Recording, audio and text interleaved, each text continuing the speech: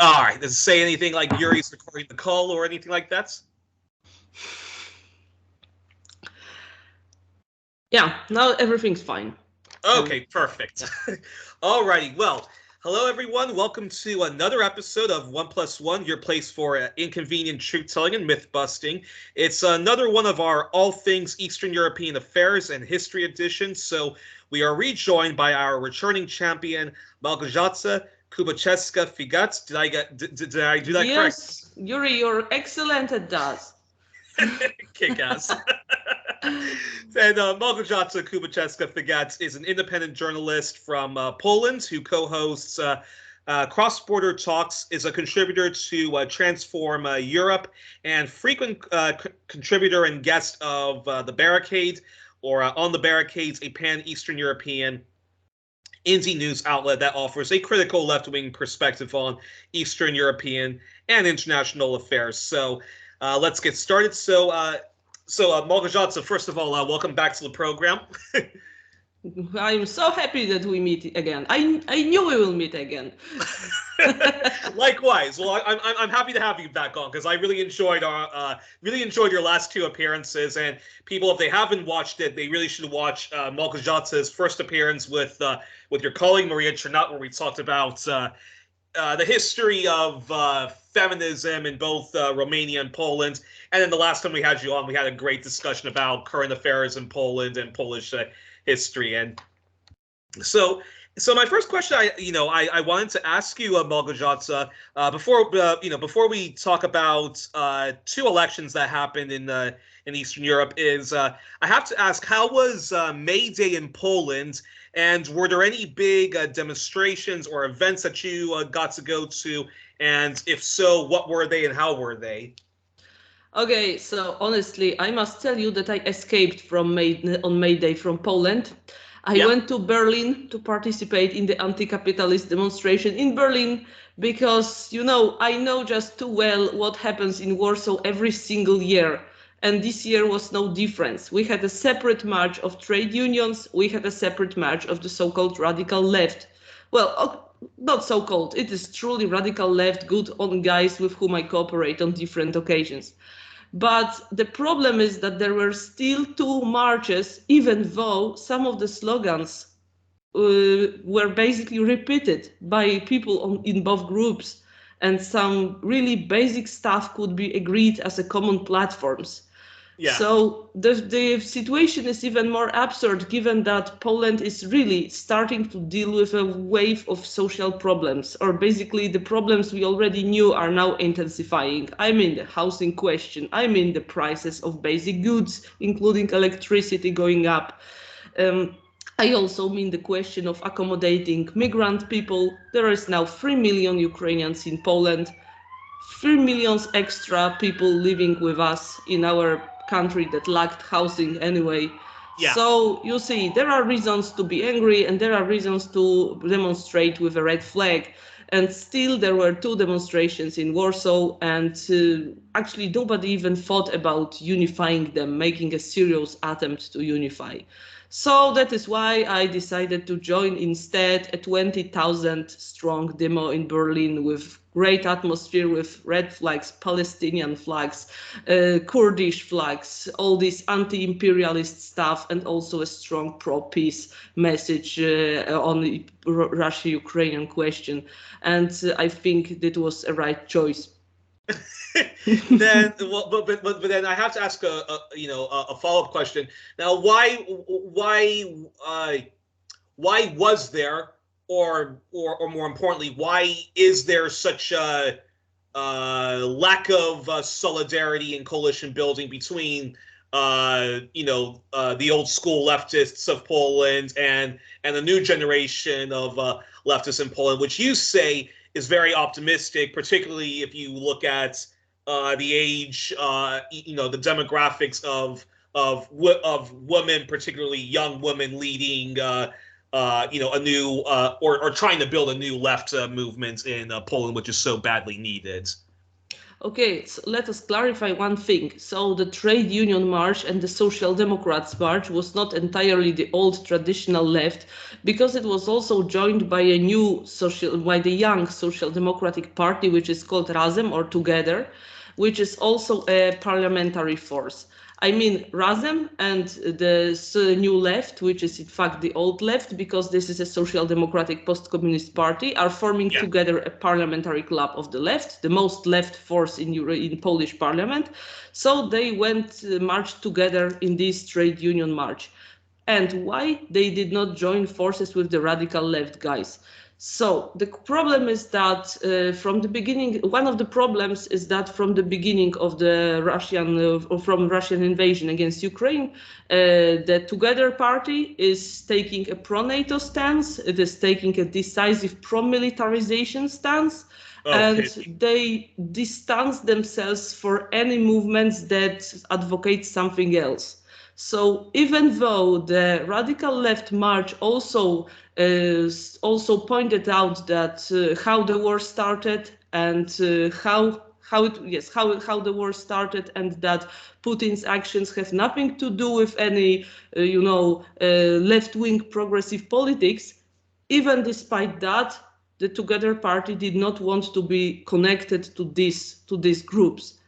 The second problem is sadly the more profound, because Polish Social Democrats for years tend to believe that one day they become a respected part of, Polish political mainstream life. Yeah. So that the big corporate media in Poland will accept that we have Conservative Party, Liberal Party, and Social Democrats. So they do everything to show that they are moderate, not radical, not red flag, not pro-Polish Polish People's Republic. So, all to get to gain acceptance. Of course they fail, because whenever something bad happens in Poland, the corporate media are always to blame the left. Even when the left was very tiny, it was always our fault for some reason. So this policy does not give them anything, but blocks possibilities for cooperation with these smaller groups. Interestingly enough, many rank and file members of the Social Democratic Party think differently. They are ready to join forces with the more radical comrades on some local demonstrations or in some feminist action.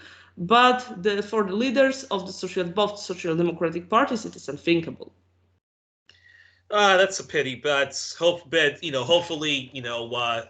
hopefully more voices of reasons get heard, and they go beyond this what I call self-McCarthyism, or what Boyan jokingly said, self-red baiting, which unfortunately exists amongst much of the particularly the Western left, but unfortunately the Western left exported their leftism onto Eastern Europe, and now many of them are trying to emulate that, which I think is a wrong approach, because even though bad things did happen during the communist period, the Cold War period, you can't just completely eradicate your entire history and act as if there were no positive things that happened during that period of the Cold War. But there seems to be this obsession amongst the anti-communist left and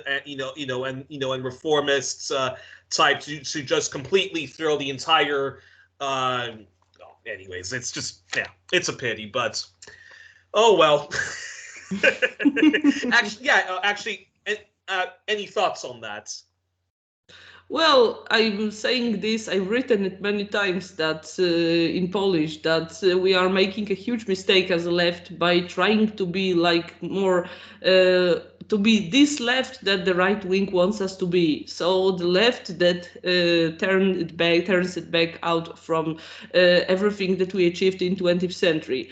Well, we need to learn from experience. We need to elaborate. We need to analyze what we did and what went wrong.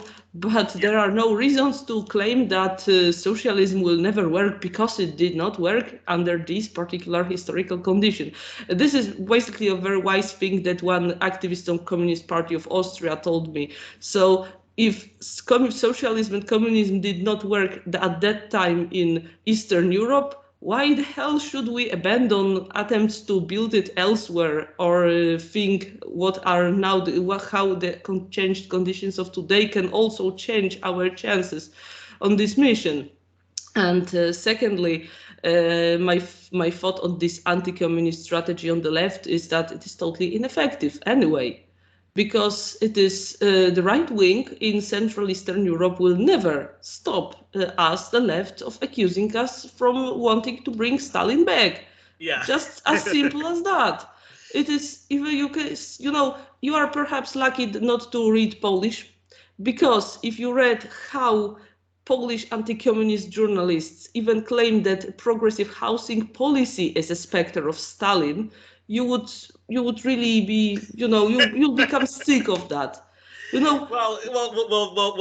The other funny thing is take the United, take a place like the United States or Britain or Australia. Even when the center-left parties there and much of the trade unions, even when they completely outlaw communism, fire anyone who's who's a Marxist, Leninist, and in the trade union movement. Even when the Democrats for decades said we are not a socialist party, we are a liberal party. That was not good enough for the right wing movements because then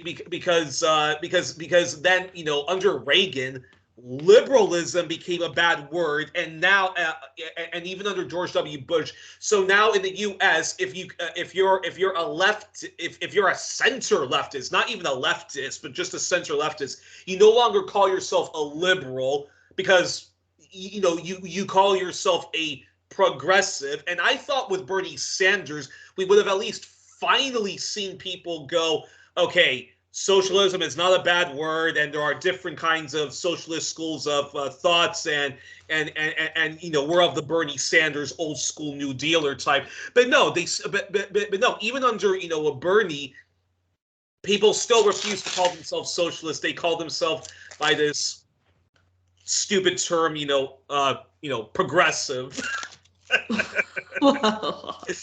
So anywho. But all right, but we'll talk about the problems, on the left another time, but or who knows, maybe even during this interview we might return to it. But let us move away from that and talk to us about a recent election that took place in Slovenia. A far-right government was unseated, the Slovenia Democratic Party, by Robert Golob or Roberto Golob and his Freedom Movement Party, or Svoboda, not to be confused with the Nazis of Ukraine. They were once known as the Green Action Party, and Wikipedia has described the Freedom Movement Party as green liberalism, social liberalism, and pro-Europeanism. So explain to us what took place in Slovenia. And even though this isn't a huge victory for the economic left, or even the eco-socialism, at least one of the regressive far-right parties in an Eastern European country was unseated. So yeah, talk to us about that. Okay, so I think this is a relief for many center-lefts and left-wing people in Central Eastern Europe, particularly that we really were afraid that there would be an Orban effect in Slovenia after Orban's big victory, a really big, decisive victory in Hungary. We were afraid that Janša's voters would get mobilized and so win also this election for the right wing. Particularly that no opinion polls indicated such a huge victory for the center-left forces. It was, in the end, the Golob's party got like 34%, while Janša's SDS gets 22%. This is huge, guys. Really, this is huge. And even last opinion polls showed that these two parties will get a more or less equal result. And even if Golob is able to form a government, he will need to have two left-wing parties on his side in a coalition. Okay.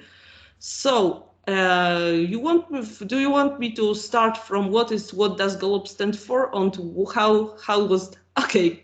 So yeah, go right ahead. You used, it is good that you used the name progressive in the context of Bernie Sanders, because progressivism is, I think, the kind of keyword in this context. So there was a wave in Central Eastern Europe. We had that in Poland too a few years ago, to form up new parties that were supposed to be neither left nor right, but progressive. They were called the parties of the future, the parties rejecting all divisions, the parties seeking of the best technocratic solutions for all the society. And Robert Golob's movement is basically the next example of that. In practice, these parties were more or less left-leaning or right-leaning, depends on how courageous were the creators of the parties. In Golob's case, we see an indication that he will be rather a guy of the left. There are two important things that let us watch him with moderate optimism. First of all, he refuses to privatize healthcare, and he refuses to privatize education. A big thing already, given that in Slovenia there was also this kind of debate that state can't provide any services and you need to, give it off to private owners. We all know what kind of discourse it is. Golob used to be somehow sympathetic on privatization too, but he seems to have changed his mind, and he stated very clearly that in the campaign, no healthcare privatization under my government. He said that a few times, and there are reasons to believe him. The second thing is that he stands for a green transition, and this was basically, I would say, perhaps the key thing in all the electoral campaign. For there is one important reason for which people loved him, even outside of big cities, which, as you may guess, were all in Slovenia too, were always more progressive than the rural areas. Golob was, after the few years with Janez Janša in power and the right-wingers who preferred to discuss the past and to attack the, elites, the transnational elites, finally, there comes a man who outlines a plan of development for Slovenia. A man who says what we must do in 10 years' time, how our lives will change in 10 years' time, and that the green transition is an absolute must, and an absolute must to start from today. So we see a person who is aware of, I would say, the most basic challenges of modern times, even though here I must, tone down the optimist a little bit. For Robert Golob is a very rich guy, as simple as that.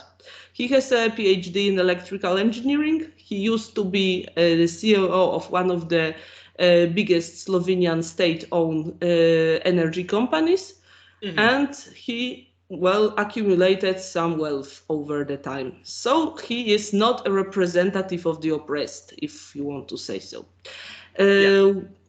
So there is also no indication that his green transition would be a step towards some kind of eco-socialism, green socialism, whatever. It is going to be a transition towards green capitalism, no more, no less. This is, of course, a progress in itself, a progress that we would love to see in Poland, for example, but still it is not this kind of response to the challenges of modernity that we do need the most. And third, perhaps not the least important thing about which we are an optimist, is that Golob is determined to go back to principles of liberal democracy. This is also perhaps not something revolutionary in 21st century, but we must remember that Janez Janša was actually on a good way to dismantle democracy in this way, like Viktor Orban was doing this.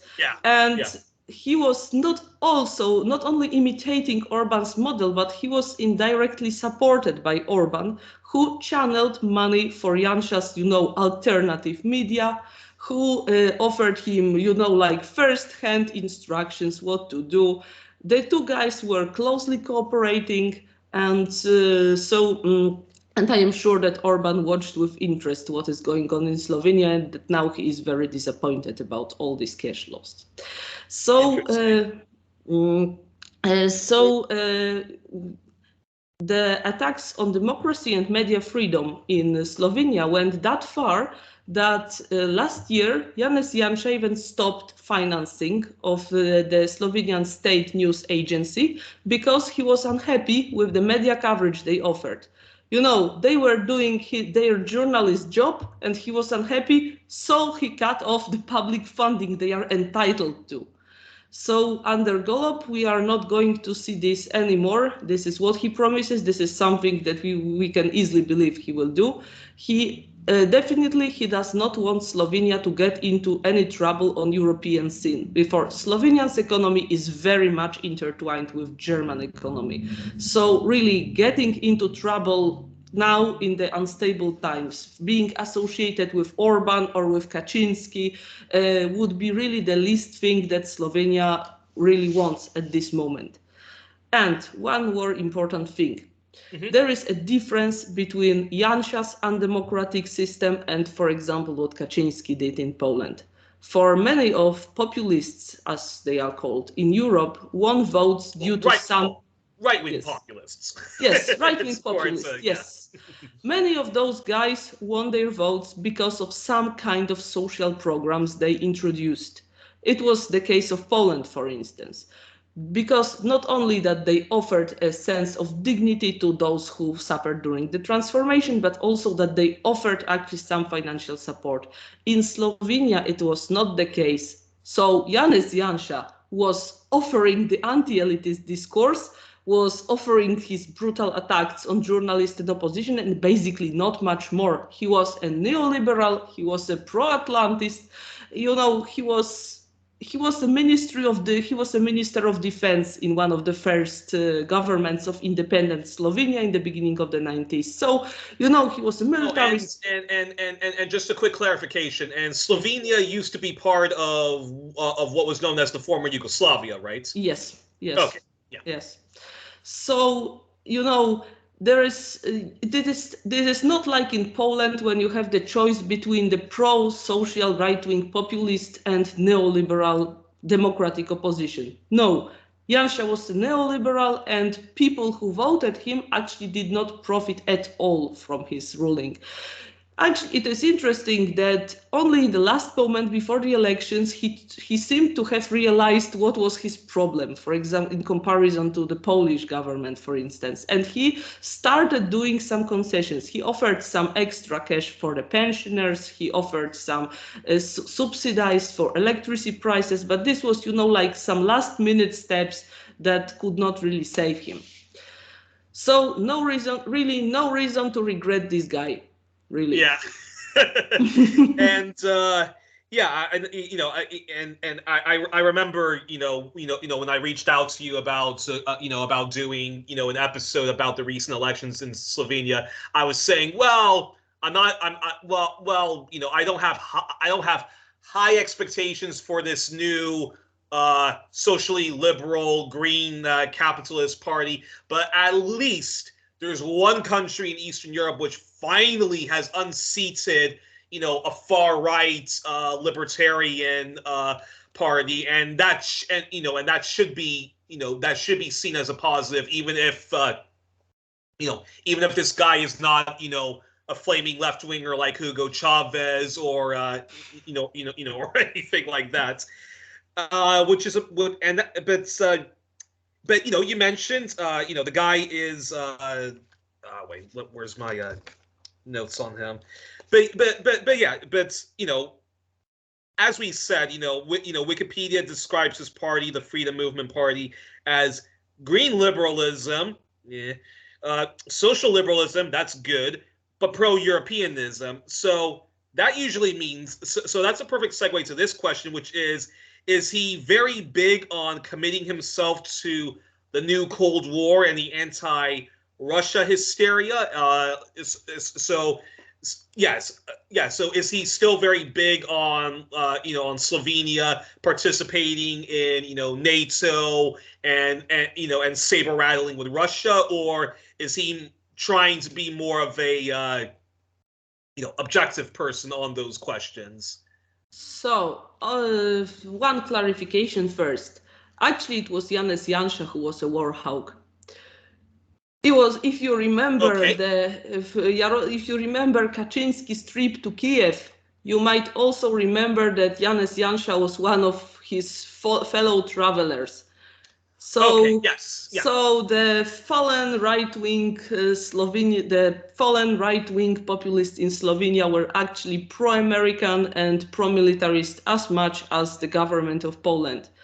As for the opposition, the situation is a little bit more complicated. For Slovenian liberal and social democratic parties have for a long time, they have advocated a more balanced position in view of Russia. Yeah. Of course, Russia has never been so loudly disputed in Slovenia as it is, for example, in Poland or in other countries that neighbor with Russia. That's obvious.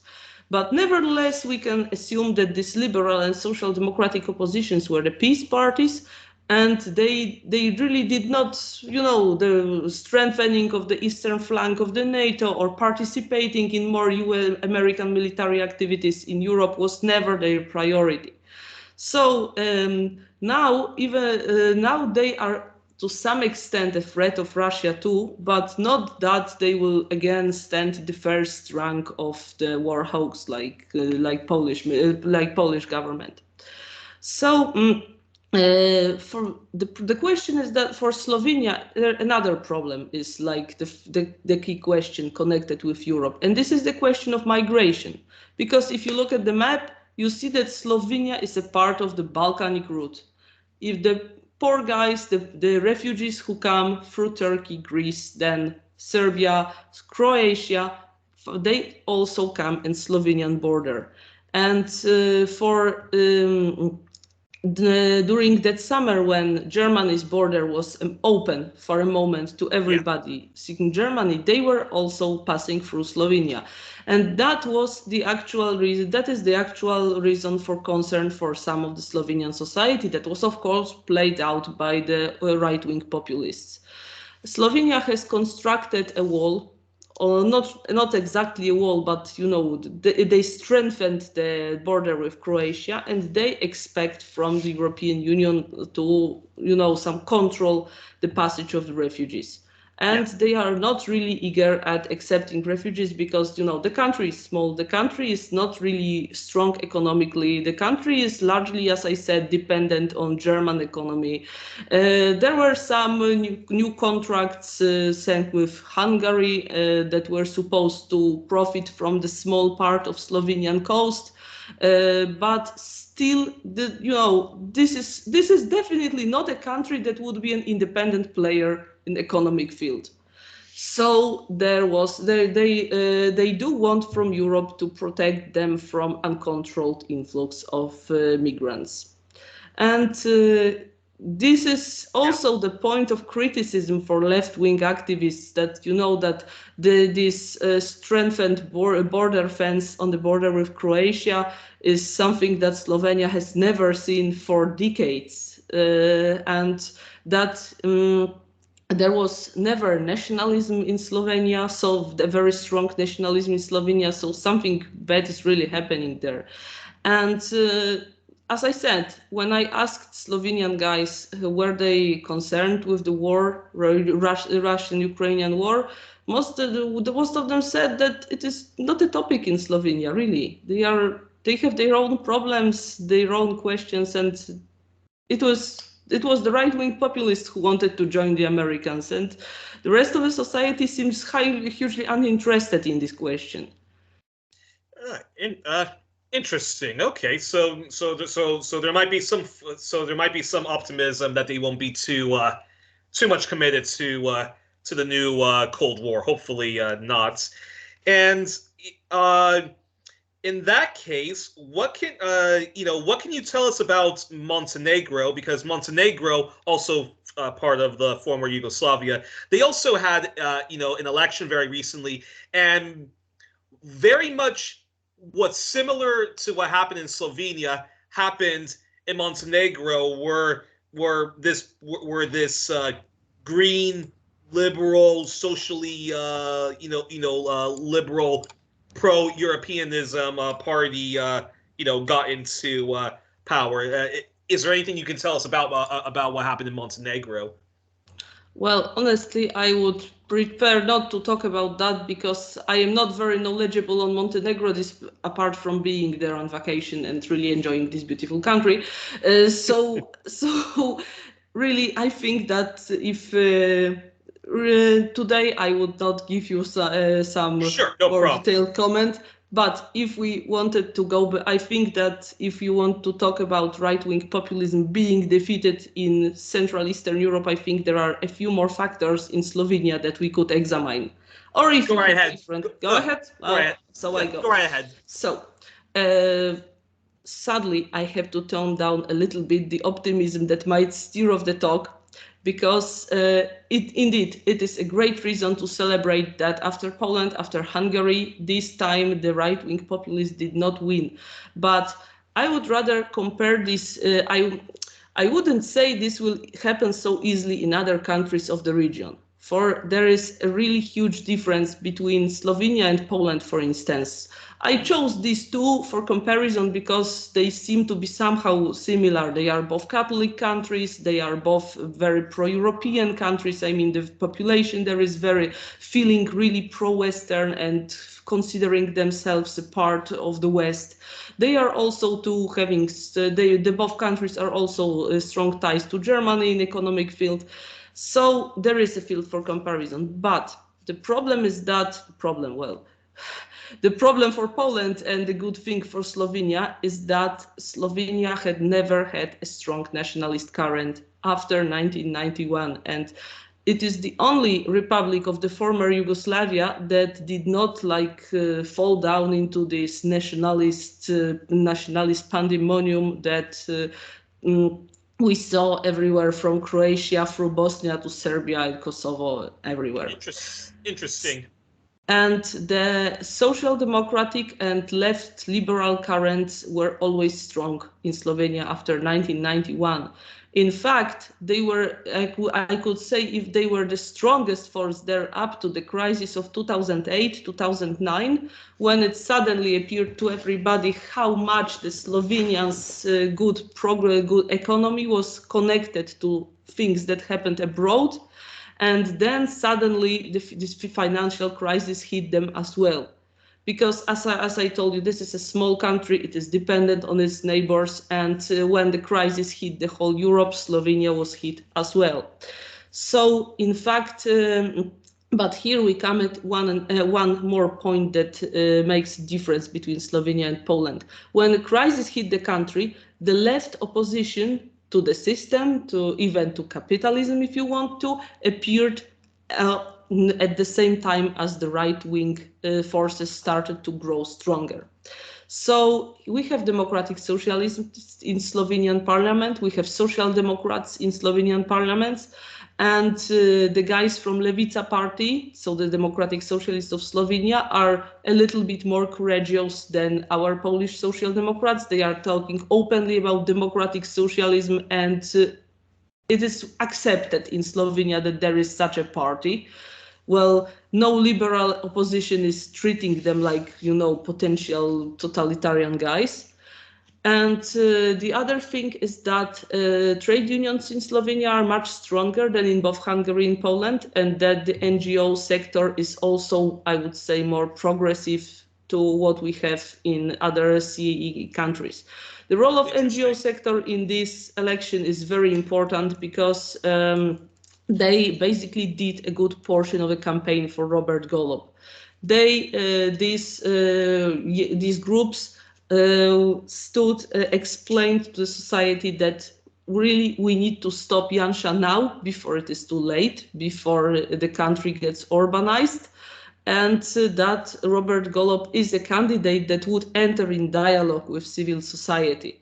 That he is a technocrat, he is a guy who entered to politics from, technical sector, so he will be eager to listen to people who have expertise in different fields. So, of course, we will need to see to what extent will these hopes be true, but indeed, the NGOs and the civil society did here a big job to convince people. And well, what I wanted to say. Oh, ask me the question and then I will remind that. Sure.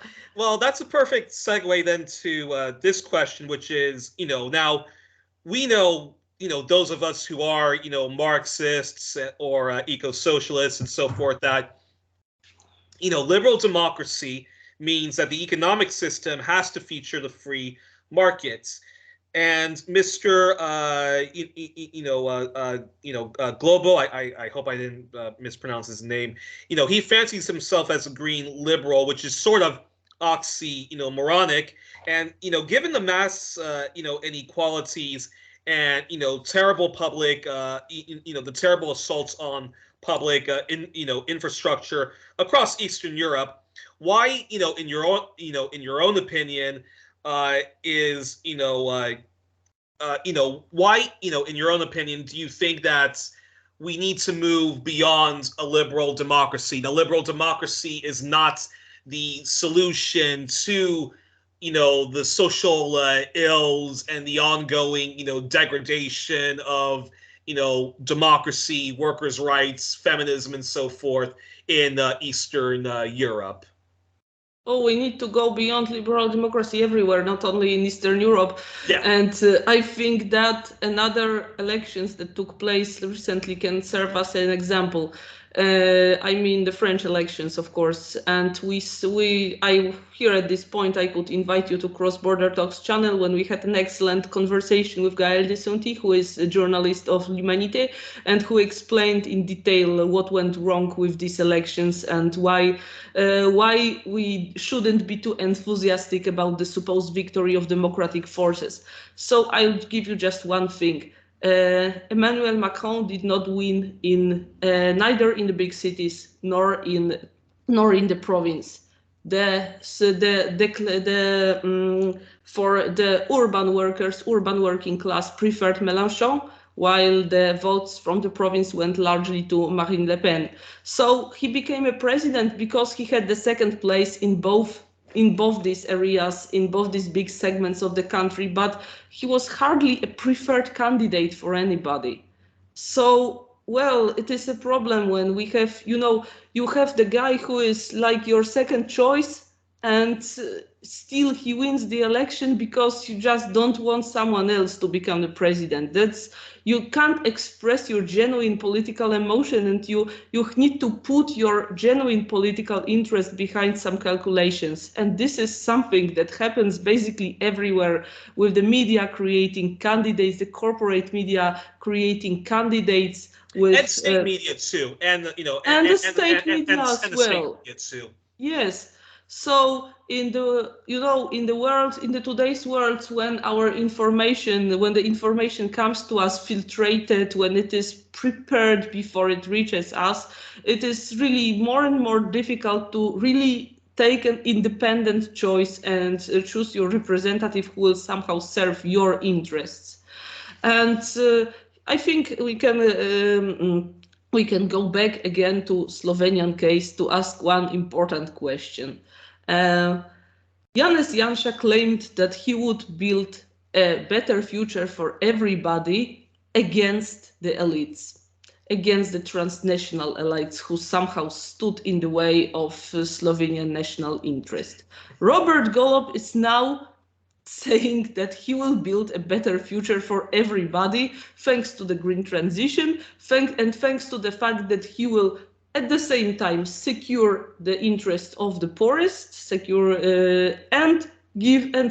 interest of the business. Yes, he said that he will also wants to be a pro-business person. Well, so it is impossible to serve interests of everybody. It is, it sounds beautiful that you want to build a country where everybody is welcome, but this is perhaps possible on the level of identity, on the level of, not discriminating somebody for who they are, but it is not impossible when it comes to free market and economical games. So you need to be on either of the sides. And now liberal democracy came to such a point that to be a successful candidate, to be presented in the media as a good choice. You need to be saying this kind of stuff that you will be, good for everybody. You will build a paradise on earth if you want. Yeah, and Macron is a typical liberal. In Canada, we already have a party which many people say is the model of a liberal party, and Canada is often seen as a model for liberal democracy. But you look at the entire period of Justin Trudeau, or Obama, or Clinton, or Tony Blair, and inequality has only gotten worse. The political polarizations and far right movements have only gotten stronger and stronger on a local level. If you look at DeSantis in Florida, or in Canada, we have Jason Kennedy of the United Conservative Party, or Doug Ford, or Thug Ford, in Ontario. And all of these guys, believe in the free market. They all believe in, the wonders of, the free markets, and they're all economically liberal. There's not a difference between economic liberalism and fiscal conservatism. Wow. And it's just that those who claim to be liberal, like a Justin Trudeau or Obama, yes, they're socially liberal, which is good, but when it comes to what affects all of us, yeah, no, they're just rival oligarchs. They're what you call compassionate conservatives, or One Nation Tory, or something like that, right? Yeah. And here, if we can have a look at Slovenia again, I said earlier that this victory is not a guarantee that other countries in the region will follow. There is one more historical comparison I would like to do. It is an example from a very modern history.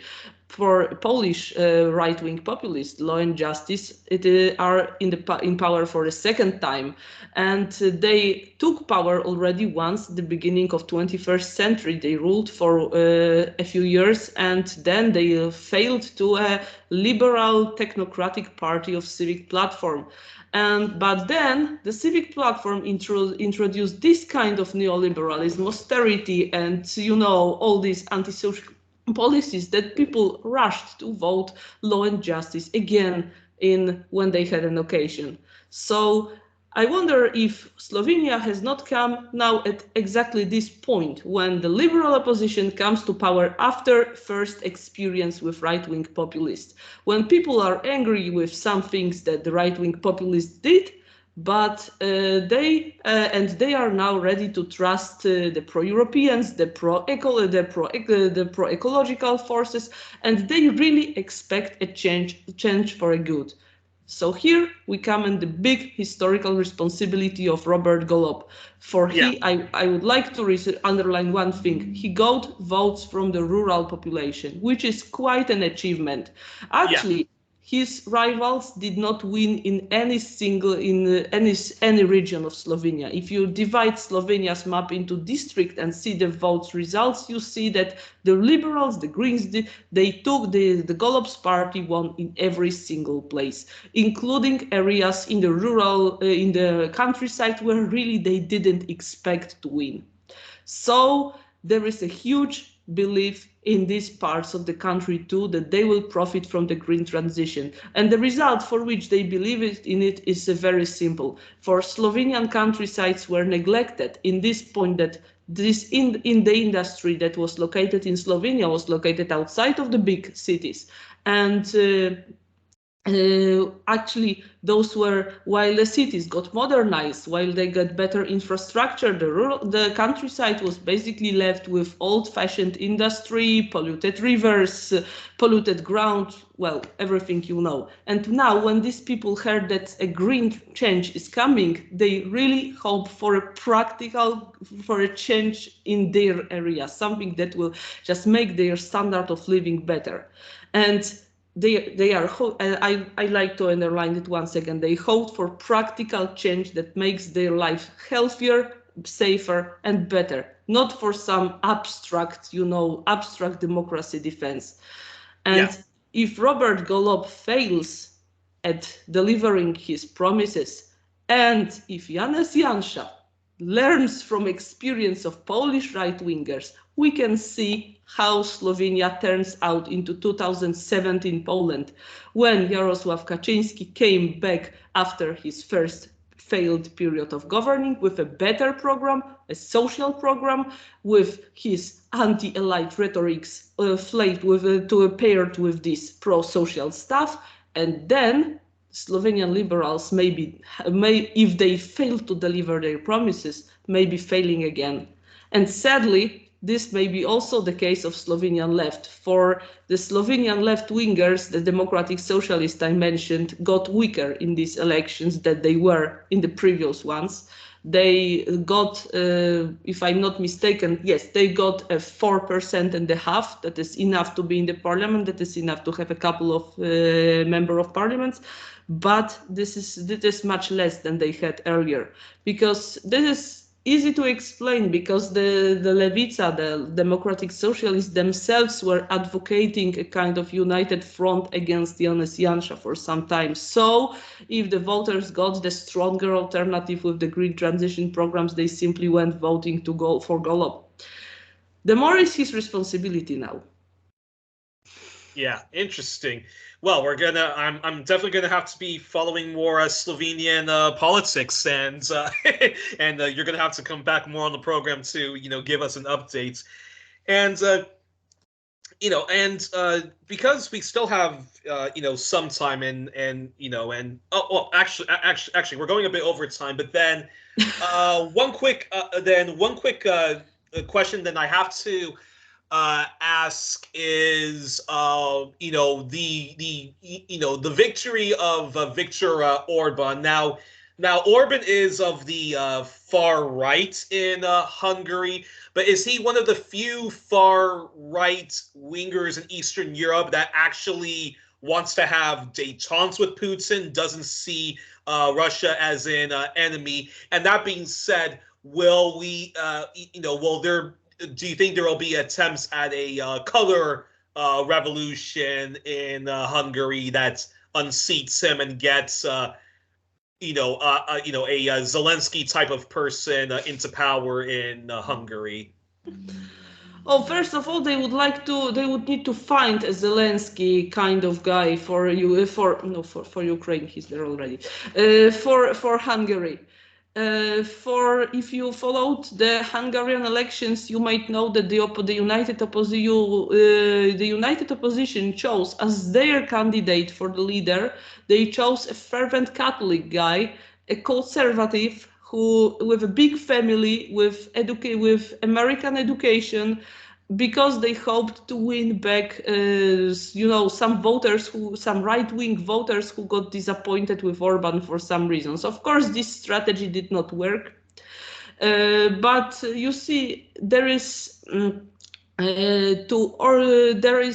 no force in the opposition in Hungary that is able to think more creatively and more courageously.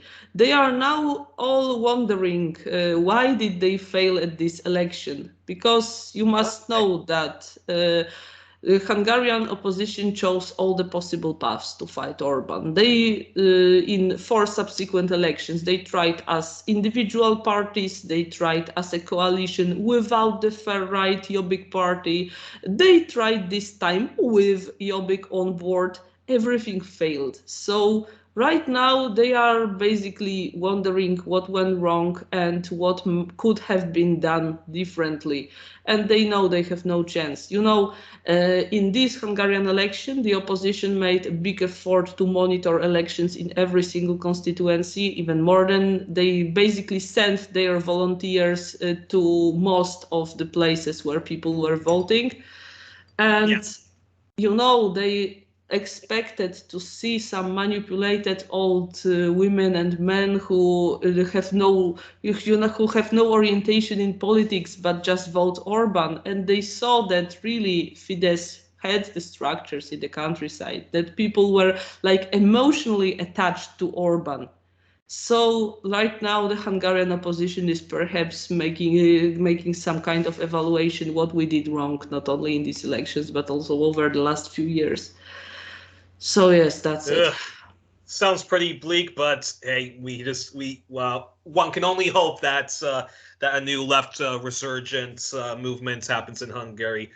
But all right, I think that's probably a good. I think that's probably a very good place to end. So we were joined on this edition of 1+1 with our returning champion, Malgorzata Kulbaczewka-Figat of Transform Europe, the Barricade and Cross-Border Talks. I'll make sure to link to all of those outlets in the pinned comment section. Malgorzata, thank you for coming back on such short notice, and hope to have you back on very soon. And you give my best to the Barricade team, Boyan, Maria, Alexandru, Vladimir, and all of them. All right. Of course, and thank you for inviting me. I'm sure we will see each other again. Perfect, and likewise.